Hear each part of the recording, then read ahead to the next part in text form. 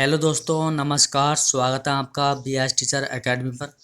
आज डिस्कस करेंगे हिंदी पेडागोजी के कुछ महत्वपूर्ण क्वेश्चन जो ट्रिक द्वारा हम समझाएंगे आपको। और पेडागोजी सोल्व करने के लिए जो मैं आपको टैग वर्ड बता जाऊँगा उसको आप नोट करते जाना। तो ये सीटेट 2020 की यहाँ पर प्रिपरेशन चल रही है और ये हमारे हिंदी पेडागोजी की 6ठी या 7वीं क्लास होगी। तो आइए देखते हैं क्वेश्चन को, डिस्कस करते हैं। तो चलिए,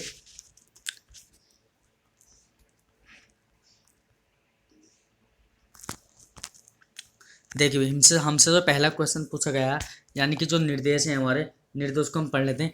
निम्नलिखित प्रश्नों के उत्तर देने के लिए सबसे उचित विकल्प चुनिए। यानी कि सबसे उचित विकल्प का मतलब है कि इनमें से सबसे अच्छा विकल्प हमें चूज करना है, राइट। तो हमारा जो यहाँ पे पहला क्वेश्चन बनता है, एक भाषा शिक्षक के लिए सर्वाधिक महत्वपूर्ण क्या है। यानी कि जो भाषा है, एक भाषा शिक्षक है, उसके लिए सर्वाधिक महत्वपूर्ण क्या है। तो हमसे यहाँ पे ऑप्शन दे रखे हैं। ऑप्शन ए है भाषा का आकलन। ऑप्शन बी, बच्चों को भाषा प्रयोग के अवसर अवसर उपलब्ध कराना। ऑप्शन सी, भाषा की त्रुटियों के प्रति कठोर रवैया अपनाना। ये ऑप्शन नंबर डी, भाषा की पाठ्य पुस्तक। ठीक है।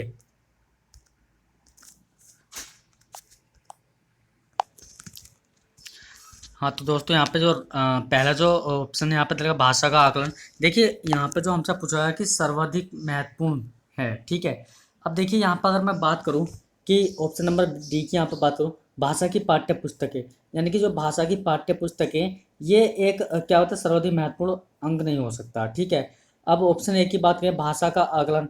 अब इसमें भाषा का आकलन भी सर्वाधिक महत्वपूर्ण नहीं है। यानी कि हमें जो यहाँ पर हमें ऐसा विकल्प ढूंढना है जो सबसे उचित हो, ठीक है, सबसे उचित। यानी कि यहाँ पर जो बी ऑप्शन दे रखा है, बच्चों को भाषा प्रयोग के अवसर उपलब्ध करना, ये बिल्कुल करेक्ट आंसर है। यहाँ पर ऑप्शन नंबर बी, बच्चों को भाषा प्रयोग के अवसर उपलब्ध कराना, ऑप्शन नंबर बी यहाँ पे करेक्ट होगा। ठीक है, ठीक है गाइज। तो आप अपने देखिए अवसर, यहाँ पर जो टैग वर्ड डलेगा है पॉजिटिव टैग वर्ड है, और पॉजिटिव हमसे यहाँ पर क्वेश्चन पूछा था, ठीक है। अब ऑप्शन सी की बात करें, भाषा की त्रुटियों के प्रति कठोर रवैया। अब भाषा के प्रति कठोर रवैया थोड़ी ना करेंगे हम, बच्चों के साथ नहीं करेंगे ऐसा, ऐसा तो बिल्कुल होता नहीं है। तो ऑप्शन नंबर बी यहाँ पे क्या हो जाएगा, भी करेक्ट हो जाएगा। चलिए यहाँ पे जो ऑप्शन नंबर बी है ये बिल्कुल करेक्ट है। चलिए नेक्स्ट क्वेश्चन देते हैं, अगला क्वेश्चन। सॉरी, एक मिनट। देखिए नेक्स्ट जो क्वेश्चन है, क्वेश्चन नंबर ये है, भाषा की कक्षा में एक शिक्षक बच्चों से क्या अपेक्षा करता है। यानी कि भाषा की कक्षा में एक शिक्षक बच्चों से क्या अपेक्षा करता है, ठीक है। ऑप्शन ए, संस्कृत निष्ठ भाषा में ही जवाब दे। अब यहाँ पे जो ही है हमसे पॉजिटिव में प्रश्न पूछा था, और यहाँ पे ही जवाब दे, संस्कृत भाषा में ही जवाब दे। ऐसा नहीं कि संस्कृत भाषा में ही सिर्फ जवाब देगा बच्चा, है ना। ऑप्शन नंबर सी की बात करें, बच्चे सवालों के बंदे बनाए जवाब न दे, है ना, ये भी बिल्कुल एक पॉजिटिव टैग वर्ड में है। ऑप्शन डी है, बच्चे सवालों के बंदे बनाए जवाब दे। ऐसा नहीं कि बच्चे जो है सवालों के क्या क्या दें, बंदे बनाए जवाब दें, ऐसा नहीं होता है, ठीक है। ऑप्शन नंबर, अगर मैं यहाँ पर बी की बात करूँ, बच्चे अपनी मातृभाषा का बिल्कुल भी प्रयोग ना करें। अब ये भी बिल्कुल गलत बात है कि बच्चे जो है अपनी मातृभाषा का बिल्कुल भी क्या प्रयोग नहीं करें। यहाँ पर ये ऑप्शन नंबर बी भी इनकरेक्ट हो जाएगा।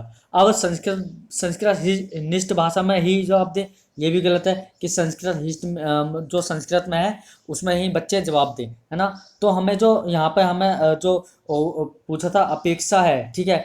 तो बच्चे सवालों के बंधे बनाए जवाब ना दे, ऑप्शन नंबर सी यहाँ पर बिल्कुल करेक्ट हो जाएगा कि बच्चे सवालों के बंधे बनाए जवाब ना दे। बच्चे जो हैं क्या कह सकते हैं उसको, कि जब क्या होता है कि बच्चे जब शिक्षक जो होता है उनसे बच्चों से जो प्रश्न पूछा जाएगा, या बच्चे शिक्षक बच्चों से प्रश्न पूछेगा, तो उसका जो उत्तर होगा अक्षरश या बंदे बनाए न देकर, अपितु उनसे क्या होना चाहिए, अपनी स्वयं की मौलिक अभिव्यक्ति में हो। यानी कि बच्चे की स्वयं की मौलिक अभिव्यक्ति के अनुसार जवाब देने चाहिए बच्चों को, ठीक है। बंदे बनाए जवाब नहीं देने चाहिए। चलिए अगला क्वेश्चन देखते हैं। देखिए भाषा स्वयं में क्या है। तो भाषा स्वयं में क्या है भाई, एक नियमबद्ध व्यवस्था है। ऑप्शन बी, एक जटिल चुनौती है। ऑप्शन सी, एक विषय मात्र है। या फिर ऑप्शन डी, संप्रेषण का एक मात्र साधन है। अगर मैं ये जो यहाँ पर क्वेश्चन लगा भाषा स्वयं में एक, ये पॉजिटिव क्वेश्चन है, और पॉजिटिव में हमें क्वेश्चन यहाँ पर चूज करना। अगर मैं नीचे से चलते हैं, तो संप्रेषण का एकमात्र संसाधन है, सिर्फ यहाँ पर किसकी बात की है, एकमात्र संसाधन की बात की है, इसलिए यहाँ पे ये रॉन्ग हो जाएगा। अब ऑप्शन सी की बात करूँ, एक विषय मात्र है, यहाँ पर भी मात्र की बात की है कि एक ही मात्र है, एक विषय है, तो ये भी बिल्कुल गलत है ना। एक जटिल चुनौती है, अब भाषा जो होती है जटिल चुनौती नहीं होती है, तो ये भी यहाँ पर क्या है, रॉन्ग है। ठीक है, यहाँ पर बच्चे एक नियमबद्ध व्यवस्था है, ये बिल्कुल करेक्ट है। भाषा जो होती है एक नियमबद्ध व्यवस्था होती है। क्यों? क्योंकि जो बच्चा होता है अपने व्याकरण के दायरे में आबद्ध रहकर गतिमान हो रहता है। ठीक है, जो ध्यान होता है कि संप्रेषण का एकमात्र साधन होता है, जो संप्रेषण होता है उसका एकमात्र साधन होता है। ठीक है, तो ऑप्शन नंबर यहाँ पे क्या हो जाएगा बच्चों, ए बिल्कुल करेक्ट हो जाएगा। चलिए अगला क्वेश्चन देखते हैं, अगला क्वेश्चन क्या है।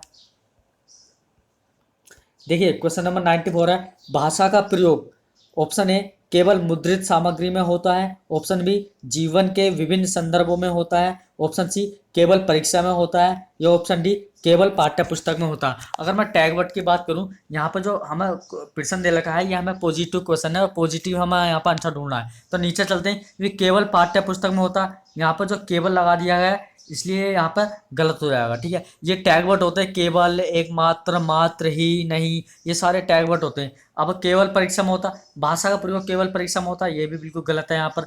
ठीक है, केवल मुद्रित सामग्री में होता है, ये भी यहाँ पर गलत है, केवल मुद्रित सामग्री में होता है। तो केवल वाले हुए, तो कोई वाले हुए, या अभी वाले हुए, या ही वाले हुए, ये सारे निगेटिव टैग वर्ड होते हैं और हमसे पॉजिटिव क्वेश्चन पूछा जाता है, पॉजिटिव में हमें आंसर देना होता है। ठीक है, अगर हमसे निगेटिव क्वेश्चन पूछ रहा है, ठीक है, और निगेटिव में हमसे क्वेश्चन पूछ रहा है तो हमें निगेटिव ढूंढना होता है। ठीक है, तो यहाँ पर जो राइट आंसर होगा ऑप्शन नंबर बी हो जाएगा, जीवन के विभिन्न संदर्भों में होता है। ठीक है, ऑप्शन नंबर बी यहाँ पे करेक्ट हो जाएगा। चलिए अगला क्वेश्चन देखते हैं। बच्चे अपने परिवेश में स्वयं भाषा अर्जित करते हैं, इसका एक निहितार्थ यह है कि ऑप्शन ए बच्चों को केवल लक्ष्य भाषा का ही परिवेश उपलब्ध कराया जाए, ऑप्शन बी बच्चों को अत्यंत सरल भाषा का परिवेश उपलब्ध कराया जाए, ऑप्शन सी बच्चों को बिल्कुल भी भाषा न पढ़ाई जाए, ऑप्शन डी बच्चों को समृद्ध भाषा परिवेश उपलब्ध कराया जाए। अगर मैं यहाँ पर बात करूँ कि बच्चे अपने परिवेश में भाषा स्वयं अर्जित करते हैं, ठीक है, इसका एक अर्थ क्या है, तो देखिए ऑप्शन ए की बात करूँ, बच्चों को केवल लक्ष्य, वही यहाँ पर केवल जो एक टैग वर्ड लग जाए, केवल लक्ष्य भाषा का ही परिवेश उपलब्ध कराया जाए, ये यहाँ पर गलत हो जाएगा। ऑप्शन बी की मैं बात करूँ, भाषा को, बच्चों को अत्यंत सरल भाषा का परिवेश उपलब्ध कराया जाए, अत्यंत सरल भाषा का परिवेश उपलब्ध कराया जाए, ये थोड़ा थोड़ा सही है, पर इसका जो ये जो बच्चों को अत्यंत सरल भाषा का परिवेश उपलब्ध कराया जाए, इससे हमें बड़ा ऑप्शन ढूंढना है। ठीक है, ऑप्शन सी की बात करूं, बच्चों को बिल्कुल भी भाषा न पढ़ाया जाए। अब ऐसा नहीं कि बच्चों को बिल्कुल भी भाषा न पढ़ाई जाए, ये तो गलत हो जाएगा। अब मैं ऑप्शन सी डी की बात करूं, बच्चों को समृद्ध भाषिक परिवेश उपलब्ध कराया जाए। समृद्ध भाषिक का मतलब होता है कि जो भी जैसे हम कह सकते हैं कि जो भाषा का जो दृष्टिकोण होता है वो एकांकी ही नहीं होता है, जो होता है बल्कि जीवन के विभिन्न संदर्भों से जुड़ी हुई होती है। जो भाषा होती है यह केवल पाठ्य पुस्तक या परीक्षा अथवा मुद्रण जो होती है उस पर आधारित न होकर वो केवल किस पर रहती है, वो आपकी बच्चों का जो समृद्ध भाषा परिवेश उपलब्ध कराया जाना होता है वो उसी पर अर्जित कर रहे थे। बच्चे जो होते हैं भाषा को स्वयं अर्जित करते हैं परिवेश से। ठीक है, इसलिए यहाँ पर जो राइट आंसर होगा ऑप्शन नंबर डी हो जाएगा, बच्चों को समृद्ध भाषा परिवेश उपलब्ध कराया जाए। ठीक है, चलिए अगला क्वेश्चन देखते हैं। भाषा सीखने सिखाने का उद्देश्य है, ऑप्शन ए दूसरों की बात समझना सीखना, ऑप्शन बी अपनी बात की पुष्टि के लिए तर्क देना, ऑप्शन सी विभिन्न स्थितियों में भाषा का प्रभावी प्रयोग करना, ऑप्शन डी अपनी बात कहना सीखना।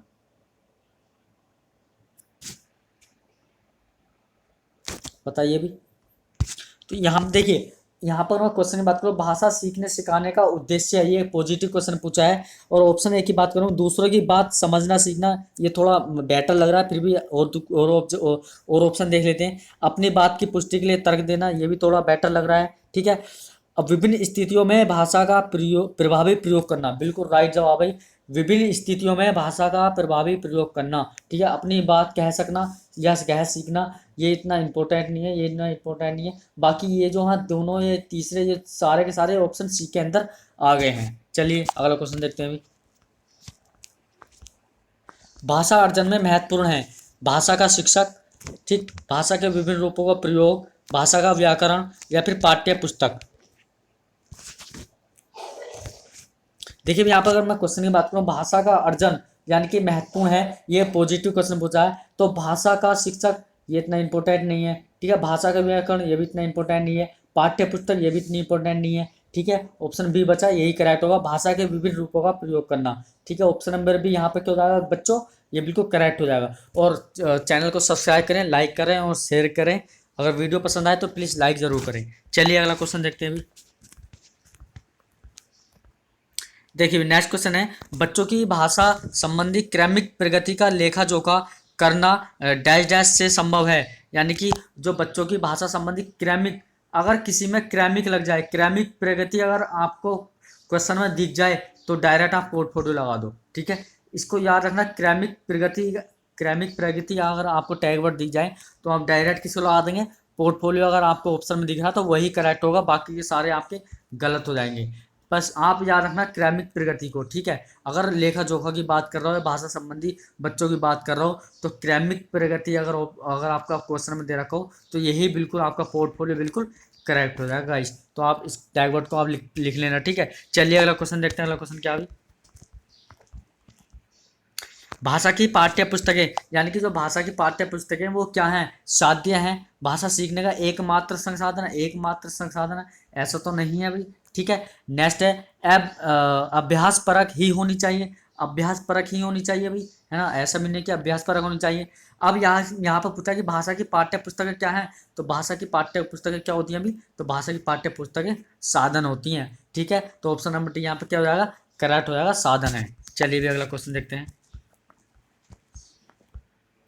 पत्र पत्रिकाएं भाषा सीखने में क्या है, यानी कि जो पत्र पत्रिकाएं हैं ये भाषा सीखने में क्या हैं, तो ये क्या हैं, बाधक हैं भाई। पत्र पत्रिकाएं जो होती हैं ये भाषा सीखने में बाधक हैं, ऐसा तो नहीं है कि बाधक हो सकती हैं, ऐसा नहीं मान सकते ये बाधक हो सकती हैं भाई। इससे क्या होता है कि जो पत्र पत्रिकाएं में भाषा का प्रयोग सामान्य से लेकर विशेष तक होता है ना, यह सहजता से लेकर साहित्य तक भरा होता है। इस प्रकार यह कहा जा सकता है कि पत्र पत्रिकाएं जो होती है भाषा सीखने में क्या हो सकती हैं भाई, साधक हो सकती हैं, ठीक है। क्या हो सकती है भाई, साधक हो सकती हैं। अब ऑप्शन बी की मैं बात करूँ, त्रुटियों को बढ़ावा देती है। अब यहाँ पर जो टैग वर्ड दे दिया, निगेटिव टैग वर्ड दे दिया कि त्रुटियों को बढ़ावा देती है, ऐसा नहीं है। बड़ों के पढ़ने की वस्तु होती है, कि ऐसा भी नहीं कि बड़ों के पढ़ने की वस्तु होती है, इसमें छोटे भी पढ़ सकते हैं, है ना। तो यहाँ पर जो हो जाए कि पत्र पत्रिकाएं क्या होंगी, ये आपकी साधक होंगी। ऑप्शन नंबर डी बिल्कुल करेक्ट हो जाएगा। चलिए अगला क्वेश्चन देखते हैं। बच्चों की भाषा के आकलन का सर्वाधिक प्रभावी तरीका है लिखित परीक्षा, प्रश्नों के उत्तर देना, या फिर आपका होगा नेक्स्ट हो जाएगा। अगला ऑप्शन और देख लेते हैं, प्रश्न पूछना और पढ़ी गई सामग्री पर प्रतिक्रिया व्यक्त करना। ऑप्शन नंबर डी श्रुतलेख, है ना। यहाँ पर जो राइट आंसर होगा वो हो जाएगा ऑप्शन नंबर सी, प्रश्न पूछना और पढ़ी गई सामग्री पर प्रतिक्रिया व्यक्त करना, ये बिल्कुल बेटर तरीका है, ठीक है। ऑप्शन नंबर सी यहाँ पर करेक्ट हो जाएगा। चलिए अगला क्वेश्चन देखते हैं गाइस।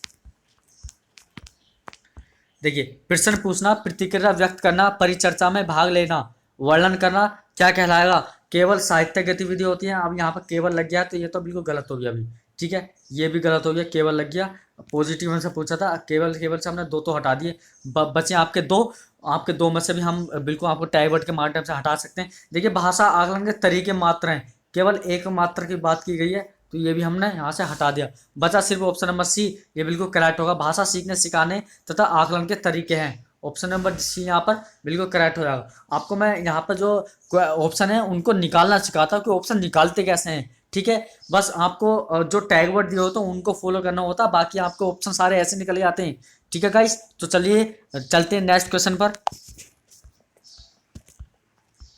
देखिए भाई, बहुभाषिक एवं बहुसांस्कृतिक कक्षा में बच्चों को मातृभाषा का प्रयोग वर्जित होना चाहिए।